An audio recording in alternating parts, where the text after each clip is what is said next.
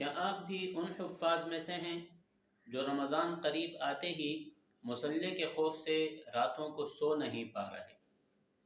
کیا آپ کو لگ رہا ہے کہ پورا سال غفلت میں گزر گیا اور اب تراویح میں قرآن سنانا ناممکن ہے؟ مصلی چھوڑنے کا فیصلہ کرنے سے پہلے یہ ویڈیو لازمی دیکھ لیجیے گا، شاید یہ آپ کی واپسی کا راستہ بن جائے۔ السلام علیکم ورحمۃ اللہ وبرکاتہ۔ میں ہوں کفایت اللہ اور آپ دیکھ رہے ہیں الکفایہ 360 اردو۔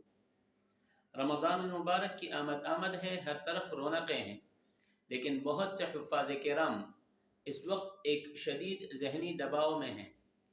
وہ حفاظ جنہوں نے پورا سال مصروفیت یا غفلت کی وجہ سے قرآن پاک کی دہرائی نہیں کی، اب وہ پریشان ہیں کہ مصلی کیسے سنائیں،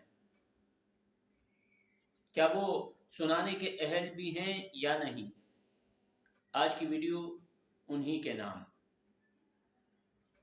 سب سے پہلے یہ جان لیجئے کہ شیطان آپ کو مایوس کر کے مصلی سے دور کرنا چاہتا ہے۔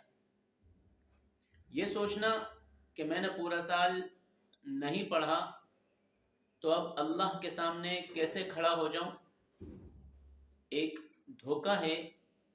اللہ تو توبہ کرنے والوں اور کوشش کرنے والوں کو پسند کرتا ہے۔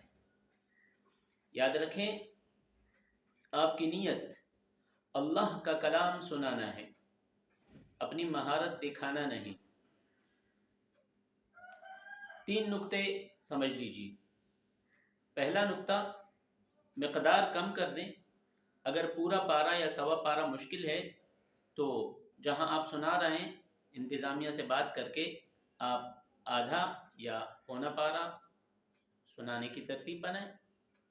یاد رکھیں، غلطیوں کے ساتھ پورا پارا سنانے سے بہتر ہے کہ تھوڑا سنائیں مگر سکون، اطمینان اور تجوید کے ساتھ سنیں۔ دوسرا نکتہ، سماعت کا جادو، یعنی اب رٹنے کا وقت گزر چکا ہے، جتنا ہو سکے پارے کی تلاوت حدر میں سنیں۔ چلتے پھرتے کام کرتے ہوئے ہیڈ فون لگائیں اور بار بار اس پارے کو سنیں جو آپ نے مصلی پر سنانا ہے۔ سماعت سے قرآن ذہن میں نقش ہو جاتا ہے۔ اور تیسرا نکتہ، مضبوط سامع کو چنیں، اپنے پیچھے کسی پکے حافظ کو کھڑا کریں۔ ایک اچھا لقمہ دینے والا آپ کا آدھا بوجھ ہلکا کر دیتا ہے اور آپ کا اعتماد بحال ہو جاتا ہے۔ سامع سے پہلے ہی اپنی کمزوری کا ذکر کر دیں تاکہ وہ ذہنی طور پر تیار رہے۔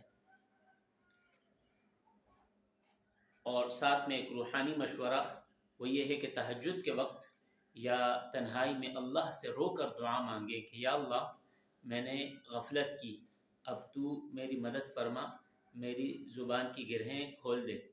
قرآن کا اپنا ایک نور ہے، جب آپ نیت صاف کر کے اور مصلی پر کھڑے ہو جاتے ہیں تو اللہ تعالیٰ غیب سے مدد فرماتا ہے اور آپ کی زبان میں اللہ تعالیٰ روانی پیدا کر دیتا ہے۔ لہٰذا حفاظ کرام ہمت نہ ہاریں، یہ رمضان آپ کی قرآن سے دوبارہ تعلق کا بہترین ذریعہ ہے۔ مصلی نہ چھوڑیں بلکہ اسے توبہ اور اللہ سے قرب کا ذریعہ بنائیں۔